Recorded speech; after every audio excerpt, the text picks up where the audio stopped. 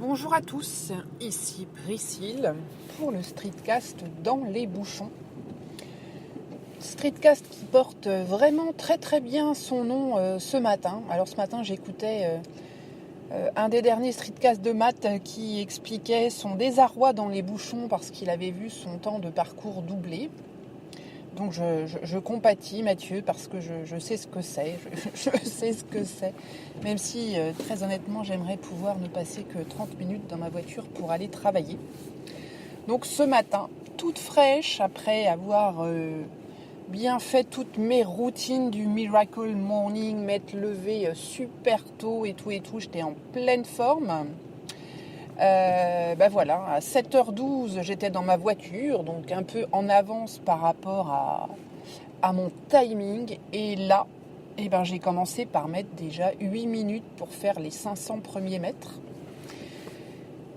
Voilà, alors il faut dire que quand on est à un peu plus de 7h du matin et que on vous annonce déjà pratiquement 300 km de bouchons en région parisienne, on se dit que la journée va être longue. Alors on a des applications comme ça, notamment la plus connue c'est Citadin, qui nous donne l'état du trafic en temps réel ou quasiment, et qui nous donne surtout le nombre de kilomètres. Et moi j'ai un repère, c'est vraiment le seuil des 300 km. Quand on passe les 300 km, surtout à 7h du matin, c'est qu'aujourd'hui on va encore se faire un pic à 700 ou 800 km comme la semaine dernière, et que ça va être juste l'enfer. Voilà, ça va être juste l'enfer. Donc pour la petite histoire, quand je suis montée dans ma voiture, Waze, qui est donc l'application de trafic que j'utilise tous les jours, m'annonçait une arrivée à mon bureau à 8h02. Et donc là, il est 7h45, donc ça fait un peu plus de 30 minutes que je suis dans ma voiture. Là, il m'annonce que j'arriverai au mieux à 8h20. Et puis encore, entre-temps, ça va augmenter. Donc j'espère être arrivée à 9h parce qu'hier, je n'ai pas pu aller travailler. Hier, j'étais tranquillement dans ma salle de bain en train de prendre ma douche. Donc dernière étape avant de partir, à fond, pareil. La routine du matin, bien faite, nickel, tout bien. Et là, j'ai fait un malaise. Donc forcément, ça allait beaucoup moins bien après. Donc je suis partie à la clinique où j'ai passé un certain nombre d'heures pour rentrer chez moi dans le milieu de l'après-midi complètement pas bien. Donc comme vous le savez, j'ai des petits soucis cardiaques et puis ce week-end c'était pas terrible. Samedi j'étais allongée une grande partie de la journée et puis ça a recommencé hier matin, mais particulièrement fort, donc j'ai dû aller me rendre à l'hôpital pour être mise sous surveillance. Bref, aujourd'hui ça va. Mais d'arriver et de me prendre comme ça quelques 500 mètres et presque 10 minutes, il y a des matins, j'ai vraiment envie de me pendre à mon rétroviseur. En plus, il pleut, il fait gris. Il y a tout pour plaire, quoi. Il fait pas froid, heureusement, parce qu'il manquerait plus qu'il fasse 10 degrés. On se croirait au mois de novembre, et là, c'est bon, je peux aller me jeter dans la Seine. Bref, c'est comme ça. Alors, j'avais pas prévu de vous parler de mes états d'âme.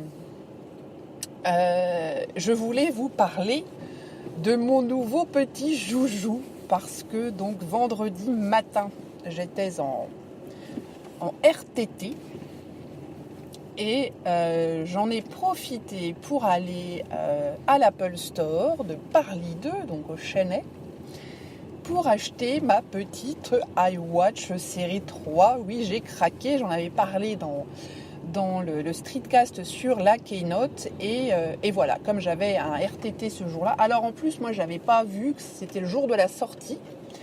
Et donc la veille, j'avais tenté de commander ma montre sur Internet via l'Apple Store. Ça ne marchait pas du tout.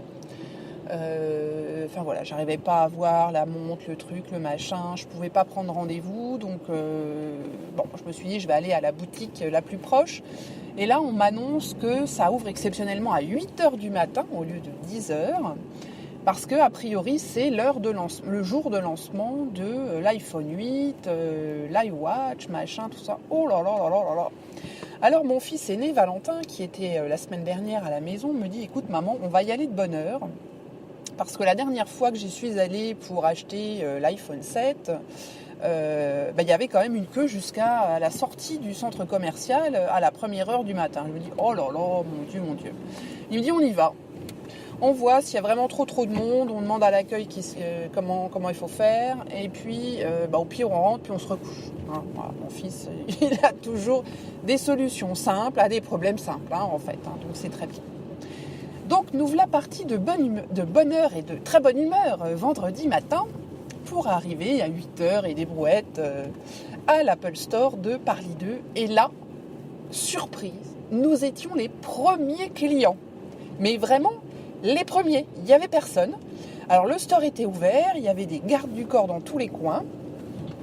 Le personnel était là à grand renfort, en train de nous servir des petits cafés et puis des petits croissants. Alors ils étaient tous chaleureux, bonjour madame, vous venez acheter quoi aujourd'hui, bienvenue, machin, voilà, un truc de fou. Bref, donc nous avons eu un vendeur qui s'est occupé de nous, et alors j'ai failli pas la prendre. Parce que j'ai quand même une mauvaise tête parfois. Et tout ça, pourquoi ? Parce que je me suis rendu compte que je ne pouvais pas avoir le bracelet que je voulais sans déjà acheter un bracelet que je ne voulais pas, dont je ne voulais pas, parce qu'il faut quand même que je parle un peu français. Et alors ça m'a complètement ébahie.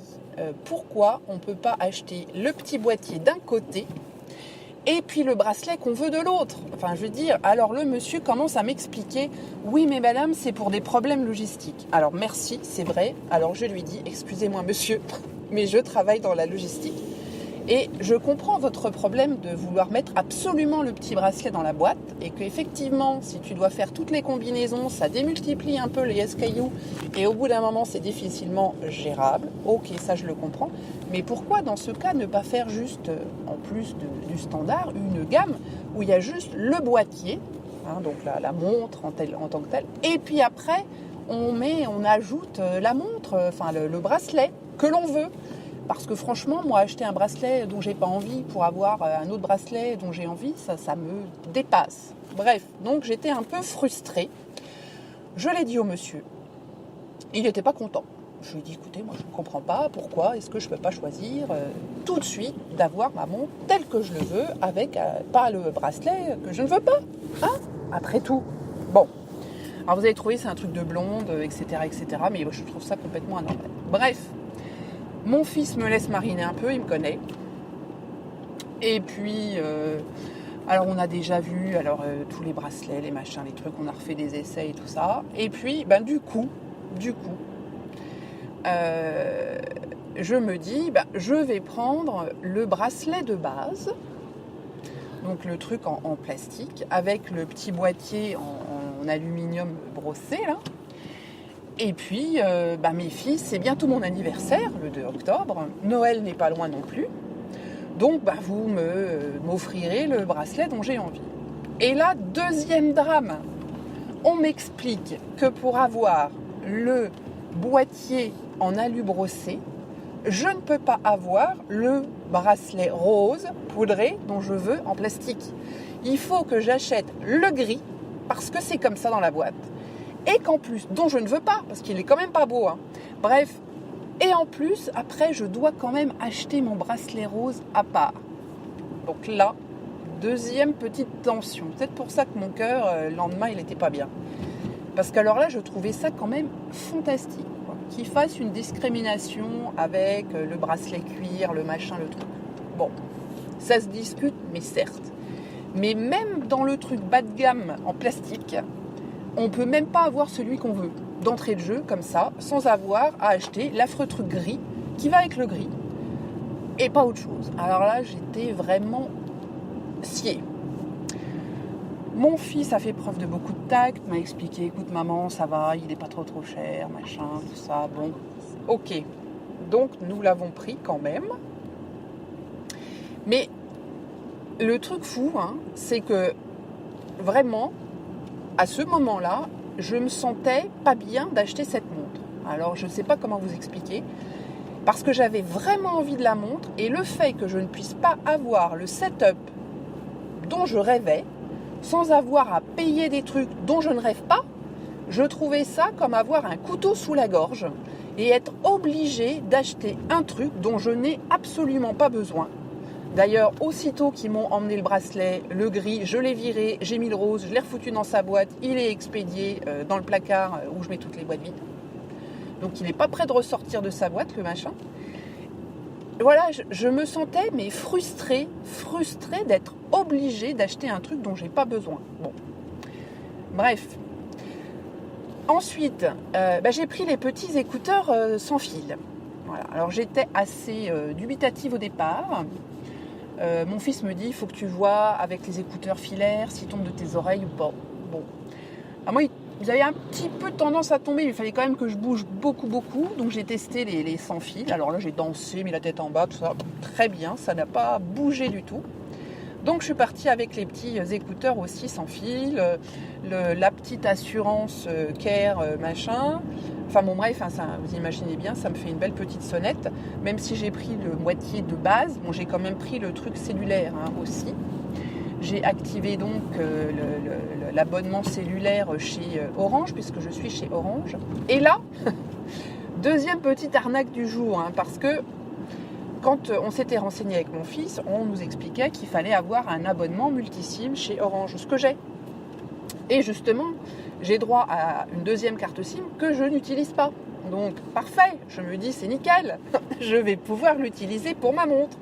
Eh ben non, c'est pas la même, c'est une autre carte SIM qui n'est pas la même que la carte SIM que vous pourriez avoir, le duplicata de la carte SIM que vous pourriez avoir pour votre tablette par exemple. Alors là, je trouve que c'est encore une super méga arnaque d'Orange qui, étant le seul sur le marché aujourd'hui à proposer l'abonnement qui va bien pour la montre, en profite. Alors ils vous font le petit cadeau de vous dire non mais c'est gratuit pendant 6 mois, certes, sauf qu'au bout des 6 mois, c'est quand même 5 € par mois. Alors Matt, je suis d'accord, en France on paye pas cher nos abonnements téléphoniques. Je dois bien le reconnaître, moi pour avoir 30 gigas, je ne sais pas si je paye 10 €. Mais quand même, là, nous rebalancer 5 € au motif que ce sont les seuls à offrir l'abonnement comme ça, qui va avec la montre, et en te disant un truc fumeux du genre, c'est pas tout à fait la même carte SIM. Alors là je dois dire, parce que pour moi, les datas, je ne suis pas geek informaticienne, vous le savez, mais dans ma tête de blonde, une data, qu'elle arrive dans ma montre ou qu'elle arrive dans ma tablette, c'est la même et elle passe par le même petit machin qui s'appelle SIM. Donc je pense que c'est encore une très très grosse arnaque d'Orange. Donc j'espère que très très vite, ces petits concurrents vont proposer aussi l'e-carte SIM pour la montre. Et comme ça, ils ne pourront pas faire payer les 5 € par mois. Donc j'espère que tout ça, ça va arriver dans les 6 mois. Donc les concurrents d'Orange, il faut y aller. Bref, nous voilà partis à la maison avec nos petits attirails. J'ai fait faire l'installation dans le magasin avec le monsieur qui m'a tout expliqué. C'était très bien. Alors il faut dire que comme j'étais la seule cliente, alors s'il y en a un ou deux qui sont arrivés un petit peu après, on a pris tout notre temps. C'était bien, j'ai pu lui poser tout plein de questions de blonde et comment on fait ci et pourquoi ça, et gna gna gna gna gna. Donc bref, je suis rentrée avec mon petit matériel. Je pense que j'arrive à peu près bien à m'en servir. Alors j'ai choisi un joli petit fond, tout ça. Je me suis un petit peu amusée la première journée. J'essaye de remplir mes cercles. Pour le moment, ça marche pas trop mal. Bon, à part hier, effectivement, quand on passe 8 heures à l'hôpital, le machin, il n'arrêtait pas de me dire « Levez-vous ». Bah oui, mais je suis branchée de partout, monsieur, le téléphone. Je peux pas me lever. Bref, donc ça, ouais, j'ai vraiment bien. Et alors, un truc que j'utilise du coup, mais tout le temps, et que je ne faisais pas avant, c'est Siri. Après avoir compris comment il marchait, ça m'a pris une journée. Je n'avais pas compris qu'il fallait garder le petit bouton, le doigt appuyé sur le petit bouton pour lui parler à Siri. Donc il n'arrêtait pas de me dire « je ne vous comprends pas ». Le pauvre. Donc bref, une fois que j'ai eu compris comment ça marchait, alors là, trop bien. Pour les petits minuteurs que j'arrête pas d'utiliser, que ce soit en cuisine ou pour ma routine du matin, voilà, c'est vraiment top. Moi, Siri, j'arrête pas de lui poser des tas de questions. Alors qu'avant, je m'en servais quasiment jamais parce que voilà, j'étais dans la cuisine et puis mon téléphone était dans le salon, par exemple. J'avais besoin de lancer le minuteur pour mes œufs. Voilà, le temps que j'aille dans la cuisine chercher le minuteur, le machin, le truc, hein, je prenais celui qui était dans la cuisine, même s'il n'est pas super fiable parce qu'il est un peu vieux.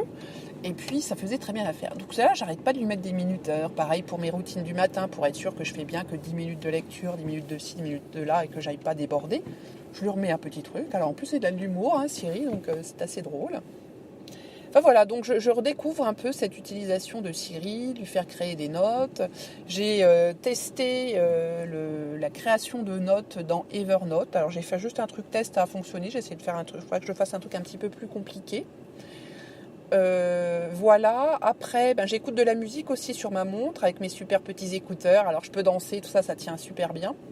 Alors j'ai testé à la maison avec Spotify, puisque je suis premium Spotify là dans l'abonnement famille. Donc ça marche super bien. Et puis donc j'ai testé aussi via l'application d'Apple de musique. Donc le streaming n'est pas encore disponible. Néanmoins, on peut déjà télécharger une partie de sa playlist sur sa montre. Donc il faut savoir que ça se fait quand elle est en charge uniquement. On ne peut pas télécharger comme ça en plein milieu quand elle n'est pas en charge. Donc il faut la mettre sur son petit chargeur. Et puis là, elle va récupérer les playlists qu'on lui suggère. Et puis après ça marche, ça marche très très bien. Ça se connecte super vite avec les petits écouteurs. Les petits écouteurs se connectent aussi super vite sur le téléphone, donc c'est vraiment super bien. J'ai tenté d'enregistrer un podcast avec les petits écouteurs mobiles via mon Mac. Ça marche pas. Enfin, si, ça marche. Mais le son, il est quand même vraiment pas bon. Là, c'est pas bien. On entend bien, mais le son, non, ça fait une espèce de petit grésillement. Alors, c'est assez curieux parce qu'a priori, ce petit grésillement, on l'a pas quand on téléphone. Donc, peut-être qu'il faudrait que j'essaye. D'ailleurs, il faudrait que je fasse ça. Que j'essaye d'enregistrer mon prochain streetcast en utilisant le micro des petits écouteurs sans fil. À tester, toujours plus loin, toujours plus fort. On va faire un peu des expérimentations. Alors Mathieu, encore une fois, je n'en suis pas à ton niveau d'acheter tout un tas de matériel pour faire tout un tas de tests. Tout simplement parce que c'est pas du tout dans ma façon de faire. Mais je fais quand même des petits tests avec ce que j'ai sous la main. Voilà. Donc voilà pour ma petite iWatch. Je suis très contente jusque-là. Et encore une fois, ça correspond à mon utilisation. Alors hier, je vous expliquais que j'avais eu un malaise cardiaque. Et donc ça a été super. Parce que pour enregistrer mes petits battements de cœur qui étaient complètement affolés hier, ça marche super bien. Donc moi, je l'ai fait tourner quasiment toute la matinée pendant que j'étais à l'hôpital. Ça m'a quasiment pas pris de batterie du reste parce que je suis partie à 100% le matin et hier soir, donc après une journée d'utilisation, j'étais à 58%, ce qui est plutôt bien, donc je la charge tous les 2 jours. Ça enregistre très très bien les battements du cœur, c'est super précis. Alors j'ai trouvé à peu près une imprécision par rapport à l'appareil médical professionnel que j'avais branché sur moi toute la journée. Et donc cette imprécision, elle est de l'ordre de 1 à 2%, ce qui est quand même super faible pour un truc qui est branché juste sur le poignet par rapport à moi qui était avec des petits machins là, partout sur la poitrine, là, des petits trucs collants avec les petits fils. J'ai trouvé que c'était quand même super super fiable. Donc moi ça me rassure un petit peu parce qu'effectivement comme il faut que je suive régulièrement les battements de mon cœur, je me dis voilà, il n'y a pas une trop grosse marge d'erreur. Alors j'ai fait la même chose le soir, Priscille tente tout, avec mon appareil de mesure de la pression artérielle qui est un Withings maintenant Nokia. Donc hier soir en rentrant, hier après-midi quand je suis rentrée, j'avais encore le cœur qui était à plus de 110, 120 en continu quasiment. Donc j'ai mis le bazar là, j'ai mis le Withings pour prendre ma tension.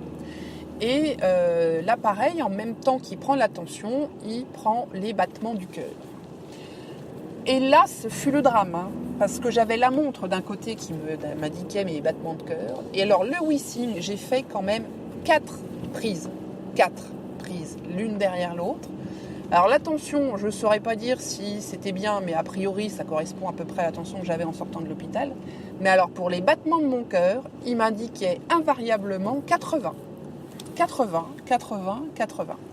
Et ça, c'est depuis la nouvelle mise à jour, parce que dans la précédente mise à jour, la précédente version du logiciel, les battements du cœur étaient plutôt fiables. Et là, je ne sais pas ce qu'ils ont fait dans la nouvelle mise à jour, mais on a 80. Alors 80 quand on a 120, alors vous allez me dire, son but, c'est pas non plus de prendre les battements du cœur, mais dans ce cas, il ne les propose pas. C'est tout simple, il ne propose pas parce que, voilà, vous êtes vraiment malade, vous prenez votre tension, puis vous dites, bon, finalement, ça va, la tension va bien, puis j'ai 80 de battements de cœur, tout baigne, alors qu'en fait, vous êtes à 120, enfin, franchement, c'est du grand n'importe quoi. Donc voilà, c'est encore pas super au point, là, le Nokia WeSing pour la prise de la tension, alors qu'avant, la version d'avant, c'était quand même un peu plus fiable. Donc, je ne sais pas pourquoi. Donc, voilà. Donc, le résultat de mes tests électriques, électroniques, tout ce que vous voulez, informatique, en ce moment. Et puis, alors, en même temps, j'ai plein de pannes. Alors là, c'est la loi des séries. Donc, j'ai mon imprimante HP 6830 All Compact qui est en panne. Donc, elle me met un message d'erreur qui, a priori, est un message hyper connu, parce que sur Internet, tout le monde a le même. J'ai fait tout ce qui était dit dans les forums que j'ai vus, débrancher, refaire, chercher le menu caché, machin, tout ça. Tout, j'ai tout bien fait, ça veut pas.